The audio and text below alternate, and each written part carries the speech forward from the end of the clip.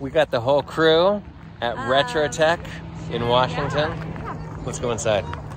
Welcome to where they calibrate the blower doors and the duct tightness fans.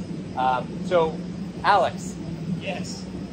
Alex is in charge around here, so I'm gonna ask him, what exactly are we doing? What is this contraption here? This contraption is a long PVC pipe, and it has what's called an orifice plate, just a fancy name for a metal plate with a hole in it. And we run airflow through that plate, and we measure the pressure on either side. So here we're comparing the airflow that's going across the orifice plate to the airflow that's going through a nozzle.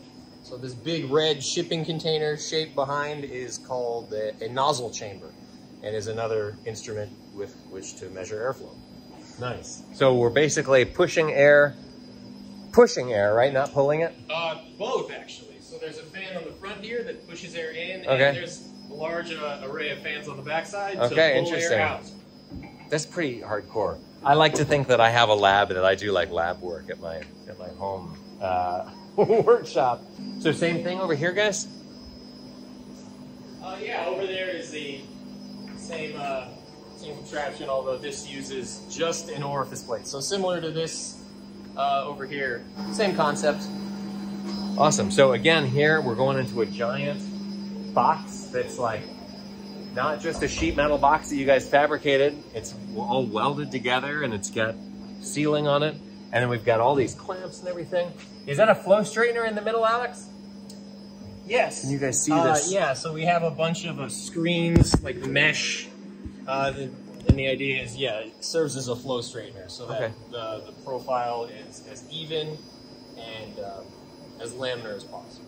Nice. Okay, cool. Which normally doesn't exist in real life. Yes. Like we're not getting too laminar, but exactly. in the lab we can get perfect. Where is the table that you guys push your fans off of to test that they can survive a fall off a truck? Oh, the drop tests. I've heard of this. I don't think we drop them back here. They just do it to show off sometimes. We're like, hey, watch this. And then they push a fan off of a table and it survives. That's how I bought my first infrared camera. Somebody was like, hey, watch this. And they threw it across the room at a trade show. And I was like, I want that. I'm buying it. So yeah, this is super cool. I mean, like, look at all this. Very impressive. This is why, are we sending equipment back to you guys these days to recalibrate? Or the manometers now are like, is it possible to just do soft calibration where the manometer knows that it's off and you have a software update that can adjust for things? Recalibration of both fans and manometers is required, and it wouldn't be that, because you always need to calibrate against something else as opposed to a manometer against itself, because things like drift and the pressure taps and stuff like that can wear out and degrade with use. Cool. And so it can drift, and we want to make sure that we can bring it back and calibrate it to our own reference equipment here. So let me be the first to admit, like, everybody raise your right hand, repeat after me. Sometimes I'm an idiot.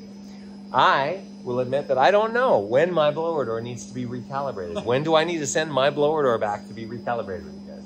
Generally, it's 5 years. That's the benchmark. Okay. So does anybody else want to answer that? It seems like I'm putting Alex on the spot over here. No, we're good. 5 years. 5 years? 5 years On a blower door? Yes. Okay, cool. So every 5 years, we are supposed to be sending our blower doors and our manometers back to Washington State to be recalibrated. Okay, cool. I will admit I have not done that, but I will take a look at that. You can also, I'm just gonna say, if you haven't dropped it off the back of a truck, you're probably okay on the blower door at least. A manometer you should look at. And also, just don't forget to check your hoses, because your hose, if it gets a hole in it, that's the cheapest part of the system, and it's probably gonna be the problem for you.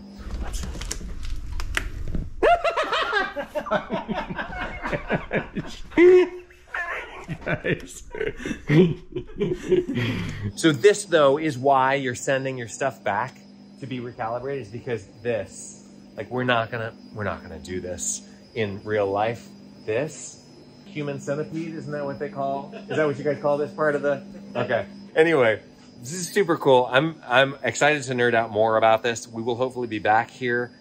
So tune in for more nerdy blower door and diagnostic stuff. We're going to keep doing, by the way, a series on diagnostic testing and my test kit and how I use it. So make sure that you're subscribed if you're not already. Comment below or ask questions if you have anything. I can answer those myself. Tune in next time.